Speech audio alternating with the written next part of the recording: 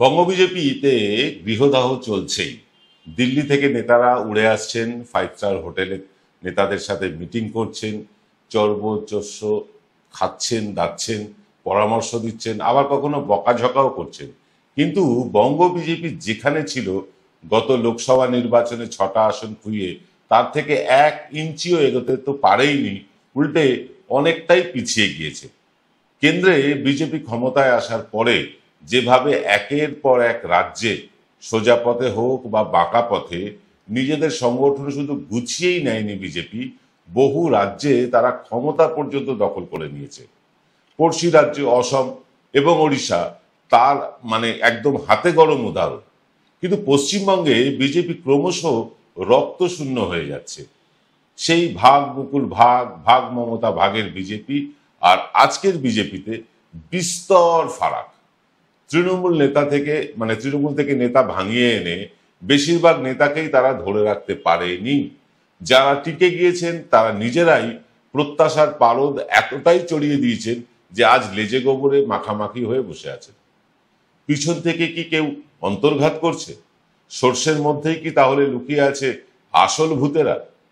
আজ থেকে প্রবীর প্লাসে শুরু হলো নতুন অনুষ্ঠান 5 স্টার পোস্টমর্টেম।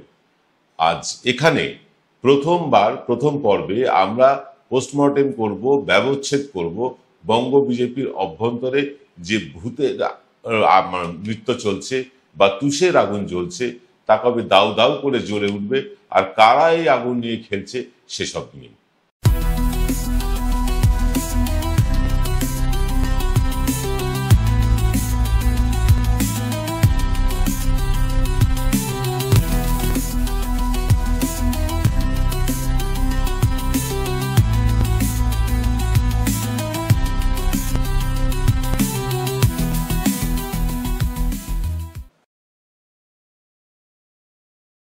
নমস্কার, শুভ সন্ধ্যা। আপনারা দেখছেন সব বাঙালির প্লাস পয়েন্ট প্রবীর প্লাসের ব্র্যান্ড নিউ অনুষ্ঠান 5 স্টার পোস্টমর্টেমের প্রথম পর্ব।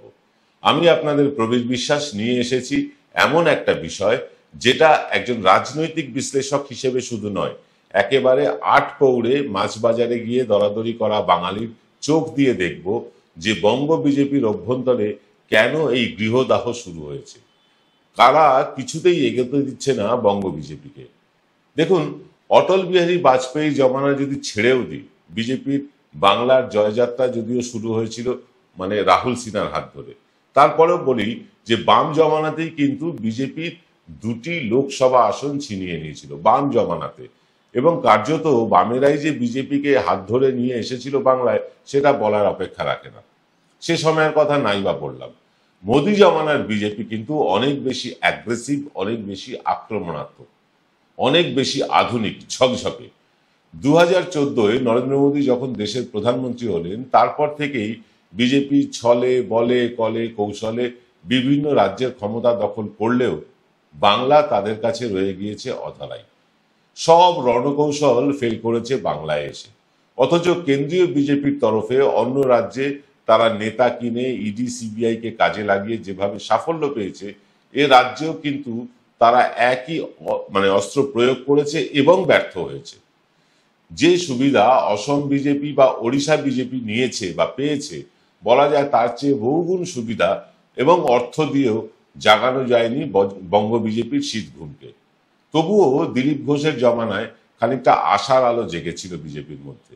সুকান্ত মজুমদার থেকে আজকে সুকান্ত ভট্টাচার্য পর্যন্ত আমরা দেখছি একের পর এক নির্বাচনে ক্রমশ হেরেই চলেছে বিজেপি তৃণমূলের কাছে।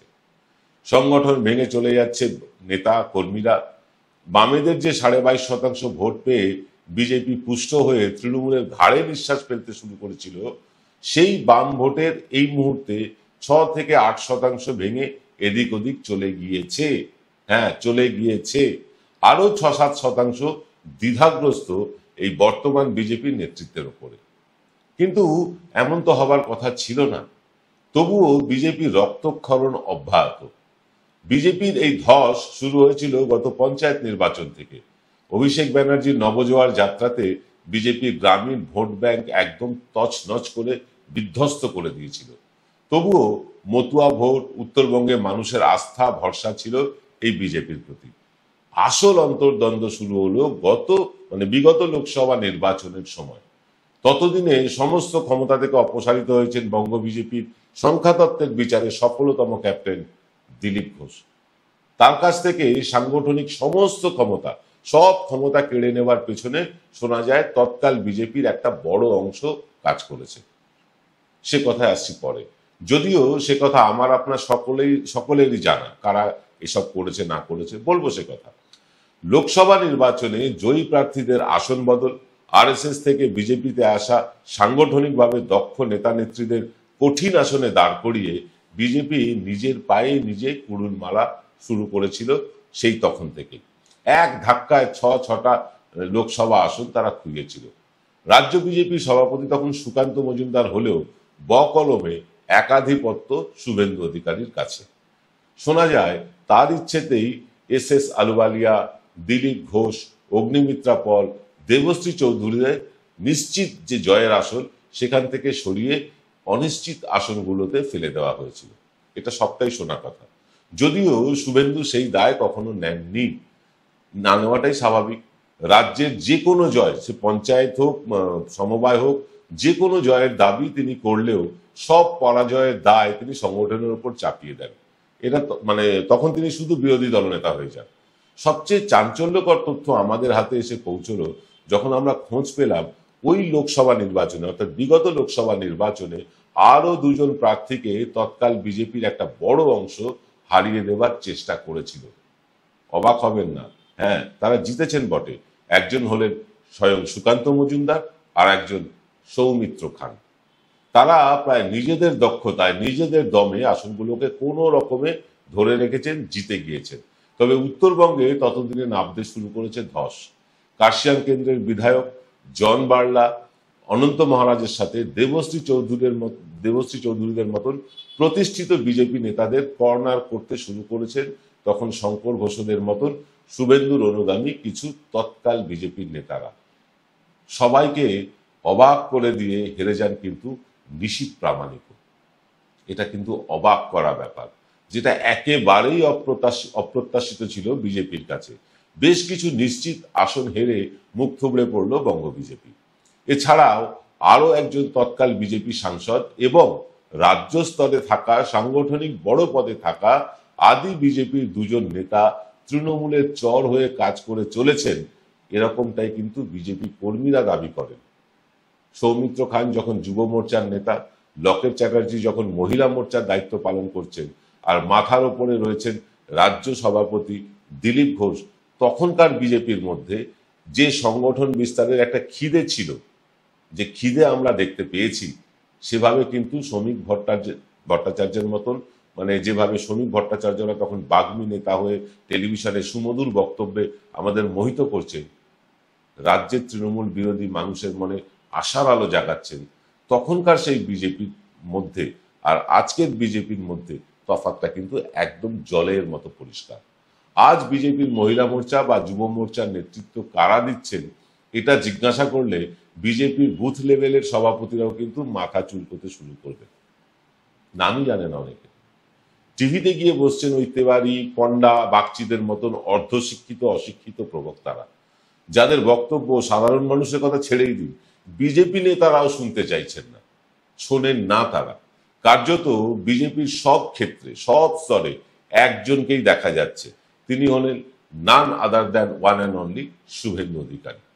শ্রমিক ভট্টাচার্য সভাপতির দায়িত্ব পেয়েই চেয়েছিলেন একটা বাঙালিয়ানার মোড়কে বিজেপিকে সমৃদ্ধ করতে, কিন্তু তৎকাল বিজেপির আজও যা দাপট এবং সর্ষের মধ্যে লুকিয়ে থাকা ভূতেদের তাণ্ডবে তিনিও কিন্তু আজকের দিনে বলছি, তিনিও ব্যাকফুটে। তিনি যেভাবে দলকে বহুত্ববাদের দিকে এগিয়ে নিয়ে যেতে চাইছেন, প্রত্যেক মুহূর্তে উগ্র মুসলমান বিরোধিতা করে সেই আশায় জল ঢেলে দিয়ে চলেছেন শুভেন্দু অধিকারী এবং শুভেন্দু অধিকারী। তার উপরে সদ্য সনাতনী হয়ে ওঠার যে প্রবল বাসনা, সেই বাসনায় চিরন্তন বাঙালি সংস্কৃতি থেকে সরে গিয়ে গোবলীয় সংস্কৃতি টেনে এনে বাংলায় থাকা অবাঙালিদের নিজেদের দিকে টানতে পারলেও মাছ ভাতের মধ্যবিত্ত বাঙালির থেকে অনেক দূরে পিছিয়ে নিয়ে গিয়েছেন বিজেপিকে একমাত্র শুভেন্দু অধিকারী।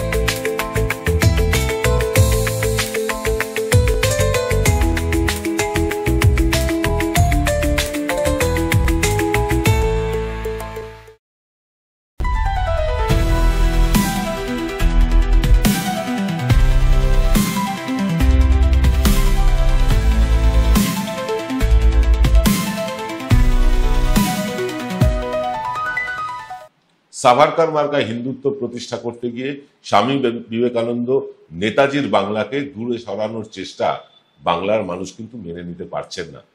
তার সাথে যুক্ত হয়েছে বুথ লেভেলের যে কর্মী, তাদের অবজ্ঞা করে মিডিয়ার নির্ভরতা। বিচার ব্যবস্থার একাংশকে পাশে পেয়ে ইডি সিবিআই এর পূর্ণ সহযোগিতা পেয়ে কেন্দ্রীয় বিজেপির থেকে ঢালাও অর্থের যোগান পেয়েও শুধুমাত্র বুথ লেভেলের কর্মীদের অবহেলা, অবজ্ঞা এসব করার জন্য খেসারত দিতে হচ্ছে বঙ্গ বিজেপিকে। ছটা লোকসভা হেরে যাওয়ার অর্থ কি জানেন? অন্তত 42টা আসনে নিশ্চিত হেরে যাওয়ার মুখে দাঁড়িয়ে রয়েছে এই মুহূর্তে বঙ্গ বিজেপি। 6টা লোকসভা মানে 42টা বিধানসভা। বর্তমান বিধানসভায় যদি 77 থেকে নেমে 65 বিজেপি এসে গিয়ে থাকে, তার থেকে আরো 42টা আসন যদি আপনি বাদ দিয়ে দেন, থাকে মাত্র 23টা আসন।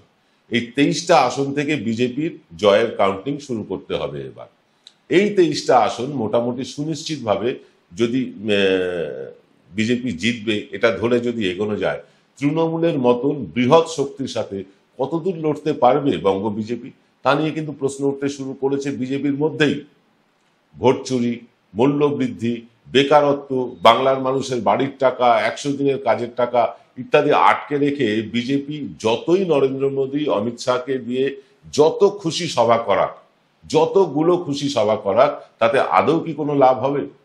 সারা দেশে মোদী শাহের জনপ্রিয়তার গ্রাফ যখন হু হু করে নামছে, তখন সর্ষের মধ্যে লুকিয়ে থাকা ভূতগুলোকে আইসোলেট না করে, চিহ্নিত না করে, শুধুমাত্র কেন্দ্রীয় নেতৃত্বের উপর নির্ভরশীল থাকলে, ইডি সিবিআই এর উপর নির্ভরশীল থাকলে, আদালতের উপর নির্ভরশীল থাকলে বিজেপির কপালে কিন্তু আরো দুঃখ অপেক্ষা করছে। লকেট চ্যাটার্জি, দিলীপ ঘোষ, সায়ন্তন বসুদের মতন উপেক্ষা যত বিজেপি করবে, বঙ্গ বিজেপি ততই তার মাসুল গুনবে। শুধু এই বিচার ব্যবস্থার একাংশের ওপরে আর টেলিভিশন ক্যামেরার সামনে গরমাগরম হিন্দুত্বের কথা বলে সংগঠন হয় না, হয়নি, হবেও না। তাতে হয়তো হুজুগ তৈরি করা যায়, আর কে না জানে হুজুগের হাওয়া বেশি দিন স্থায়ী হয় না। আজ রাত 8টায় বিশিষ্ট আইনজীবী অনির্বাণ ব্যানার্জি থাকবেন এক্স ফ্যাক্টরে। বেশ কিছু চাঞ্চল্যকর কথা বলেছেন তিনি।